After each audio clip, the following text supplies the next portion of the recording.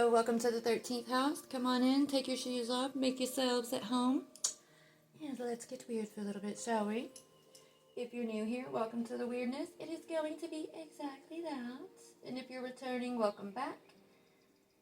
I absolutely love having you, and I hope you stick around. Alright, so this evening we're going to do something a little different. A few videos back, I made a short showing how to make these little guys here.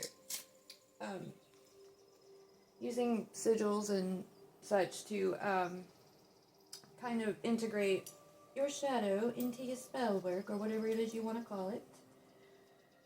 Alright, and I used, so they called shadow water, alright, and I said I would make a video on how to make that, and so this is me keeping that promise, and I also wanted to do it in enough time for anyone who might want to utilize it with the blood moon as well as the lunar eclipse. Now, I know that there might be some differing opinions on charging any water, any crystals, what have you, any tools during a lunar eclipse. But just to clarify, for this in particular, with it being shadow water, this is the most ideal time to make it, because all the turbulent energy, all the chaotic energy, okay, is going to be useful and be given a focused purpose and intentful meaning, okay, and that's going to go into the water, and you'll be able to use it without any, karmic chaos, whatever you want to call it. So, I'll further explain that toward the end of the video. But anyways, what you're going to need: a mortar and pestle, or something to, grind up and blend your ingredients, okay? A small ceramic bowl, or any bowl container that you can safely burn something in. Alright, if you have black salt, you'll need that. I make mine using incense ash and sea salt. You'll want to get some of your altar ash, okay, from your burnt offerings. Preferably anything that has burnt, of course, the blackest, that leaves the darkest residue. If you don't have anything like that, you can use soot off of your candles, or if you have like oil burning lamps, stuff like that, that works absolutely wonders. So you don't need much. A little goes a very long way. Just to be able to make this, for an example, I got a really small container. Alright, so we're not going to need much. And if you want to, you can use essential oils in this also, but be mindful this is not ever to be ingested. It's going to be used to seal, to cleanse, things like that. Just definitely not ingested, okay? So with that out of the way, oh yeah, and you're going to need water that you've charged, preferably under a new moon. Doesn't have to be, okay, but it helps. Alright, just water that you've blessed or charged previously will work just fine. So the first thing that you're gonna do is you're gonna combine the altar ash and the black salt in the bowl that is safe to burn anything in. Alright, you're gonna want to give it one last good singe. Make sure that anything is absolutely burned out of there. 1 second. Alright, sorry about that. My cat was banging on my door. He wanted out of the room, of course. So, when you have this in your bowl, you're going to combine the black salt and altar ash. And you don't need much of the, I keep saying altar ash, but it's, well, yeah, it is. I said, never mind. Anyways, I got really distracted by the stupid cat. You don't need much of the black salt. I use about an acorn cap's worth, like just as much as that inner little circle. Just enough to fill that would be plenty enough, okay? So, and with your altar ash, same thing. You don't need much. A little goes a very, very long way. You're going to give it one last good singe, if I can get this bastard open. Alright.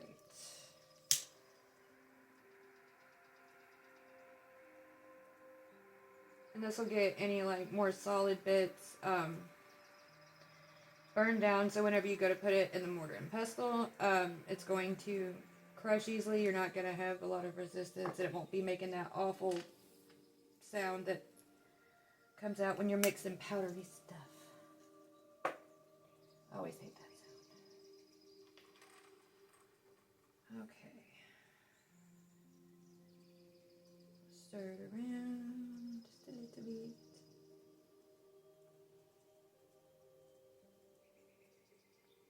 But a lot of cultures believed that to make anything under a lunar eclipse was like baneful magic, okay? And this was just a result of simple misunderstanding of, what's happening during a lunar eclipse. Now, yes, the veil is thinner. And that's why a lot of native tribes, okay, even during a solar eclipse, they were told never to look at it, to go inside. All right, and same thing with a lunar eclipse. You're not supposed to try to look at it. You try to stay inside, okay? And that's for, most of the tribe members. However, their shamans would go out and observe to see what would happen, okay? Because they're the ones that shared the deepest connection to Source, to Great Spirit, and they would be able to retrieve any messages. And that's where a lot of the Heyokas came in, was because they dance with the light and the dark, right? They bring balance between the two. And a lot of powerful and potent medicine was made during that time because they knew how to work with light and dark. And that's exactly what we're doing here. We're carrying on that tradition of bringing structure, not telling chaos or the shadow or anything like that what to do, but giving it a meaning, okay? Giving it a direction to go so that energy is not scattered, all right? And whenever you're doing shadow work, this is going to help immensely because it's going to really amplify and potentate the intention and point of focus, right? So, once you have it in the mortar and pestle, okay? Now you're going to bless it, alright? You're going to draw your magic circle. For those of you who haven't done this before, no worries. I will show you. Alright. So, one of the most important things to remember is that movement to the right is evoking. Movement to the left is banishing, alright? So what you're wanting to do is evoke, alright? And you're going to reflect on your intention for this, and you're going to evoke that energy and infuse it in. You're going to focus it into the mortar and pestle so it'll be infused into the ingredients, okay? You're going to start at the left corner, working your way to the right. You're going to draw your pentagram, alright? So it goes up to the center, down, left, right, and then back down to that corner. You're going to draw your circle to the right, all the way around that pentagram and back to the starting point. And then you're going to focus that energy down.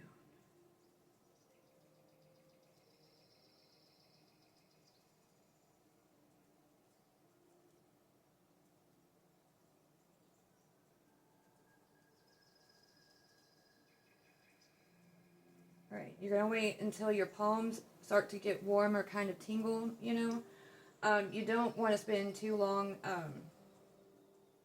focusing intent in it because it's already very potent, okay? Because as you're working with the ingredients and everything, and you're stating the intention of what this is going to be used for, it's powerful energy. And you do not want to drain yourself when focusing that here, because you'll notice after you make it, it's already going to be pretty damn powerful already. So, I'm gonna get a little container. And because this container is so small here, this little glass vial, I think I'm just gonna scoop out maybe 4 or 5 small scoops. It's really tiny.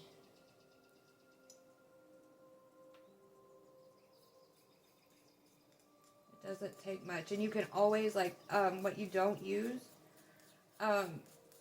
just put it somewhere, keep it covered, okay, and you'll have plenty to use for later. And, you know, if you don't have black salt, you don't have to go out and buy any, okay? Use what you have. The power is in you. It's not in the items, alright? It's in you, always.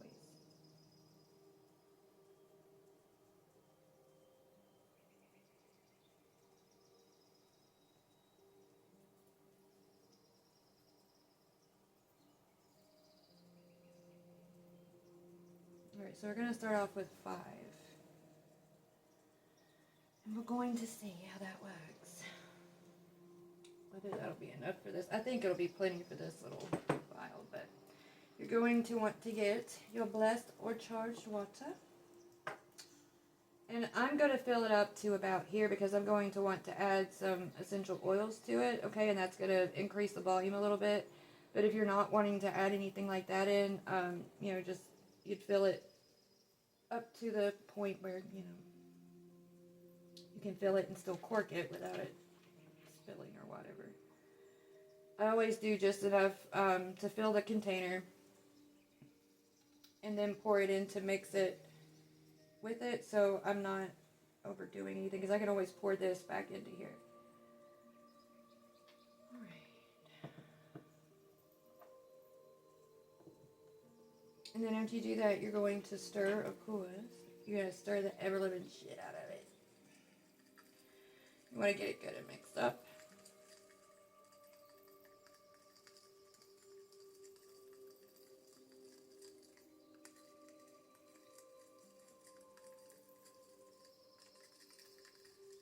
And if any of you want to use this, you're more than welcome to. Alright, the only thing I ask is that you let people know where you heard it from, right? It's always good etiquette when we are working, you know, learning from each other to be respectful of where it came from, right? No harm in that. And I would appreciate it ever so much.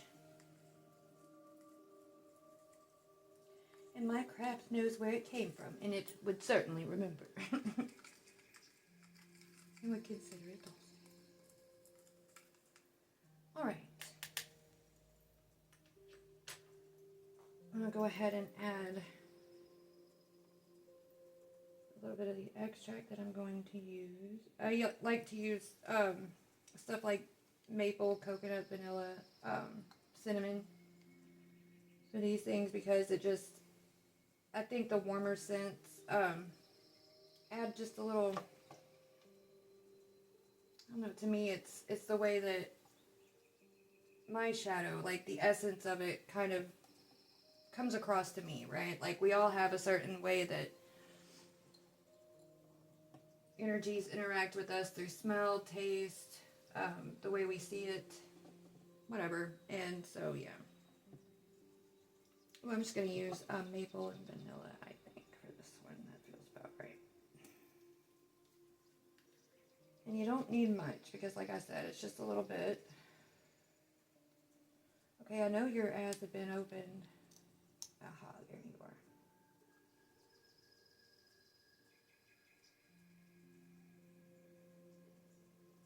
It only takes just a little bitty bit.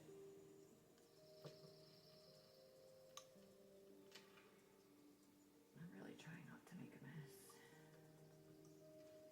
But no guarantees. This is me we're talking about here. Kinda goes with the territory. Alright. Get off my foot here. And once you put all that in, you're going to give it another quick stir.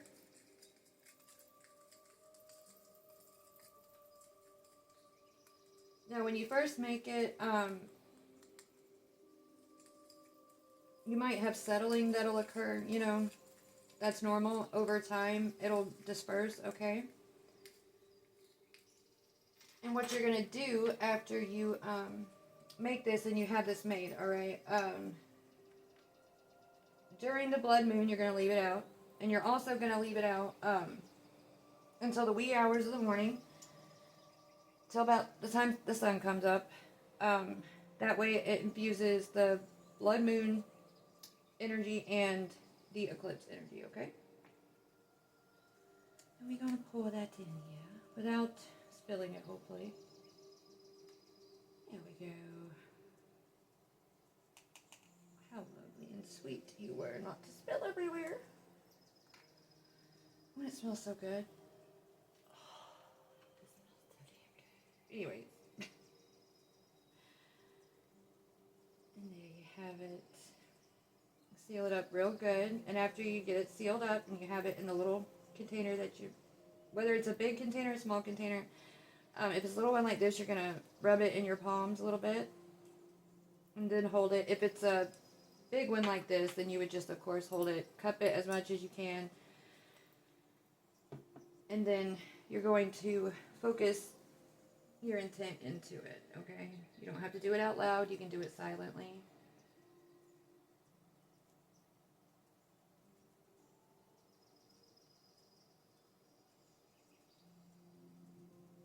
You'll feel your palms get nice and warm. They might start to tingle. And once they start getting really warm, time to let it go. All right.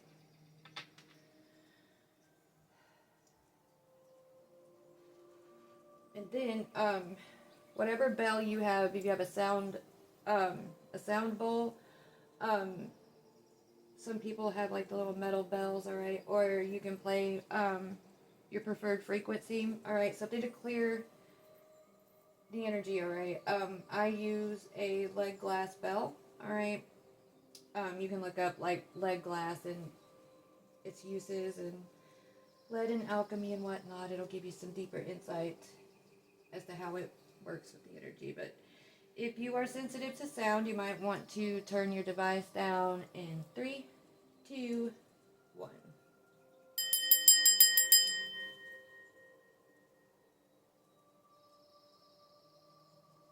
We're going to do it 2 more times. 3, 2, 1.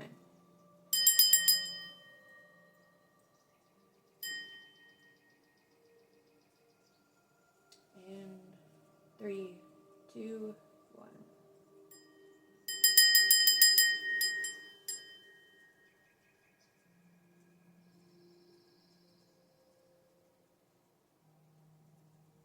All right, and then you're all set.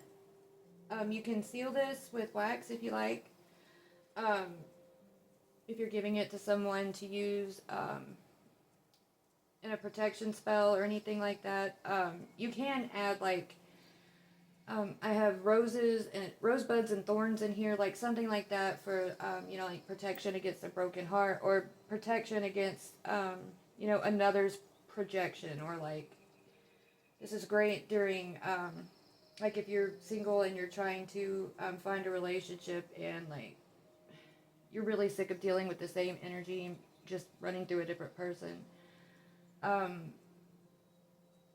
Adding things like, rosebuds and thorns to the shadow water. It's going to sound kind of strange, but, animal teeth, things like that.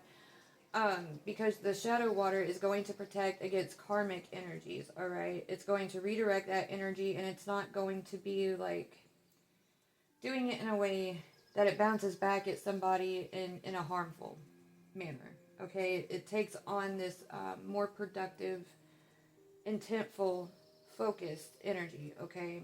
And so whatever lessons may come of it that bounce back to the person is not only gonna keep you clear out of that path, right? You don't want to be caught in the path of their karma, but also whatever lesson they learn is going to stick, okay? So we don't have more of that energy running through the collective unconscious for those of us who share in this wavelength to have to continue to alchemize, right?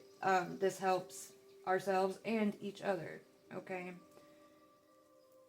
Like I said, it might have some times where it settles, all right? You just give it a good shake, and over time it will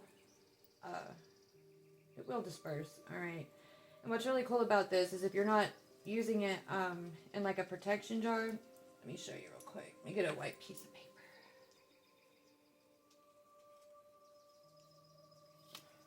Got a cotton ball. 1 second.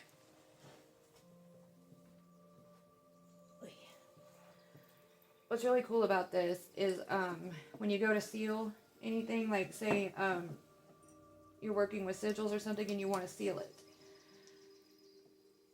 You'd think, as dark as this is, that it would stain the paper, right? Or make it look grungy and nasty, but... Because look at that. But, when you put it on paper... Look at that.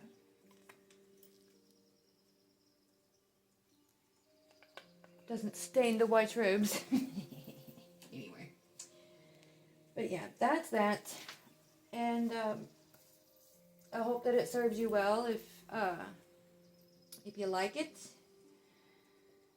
let me know.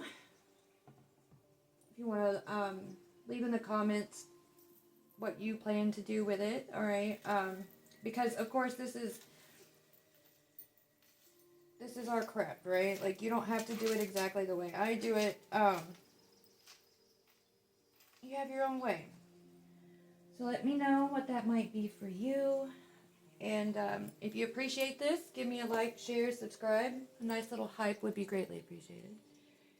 And yeah, so until next time, bye.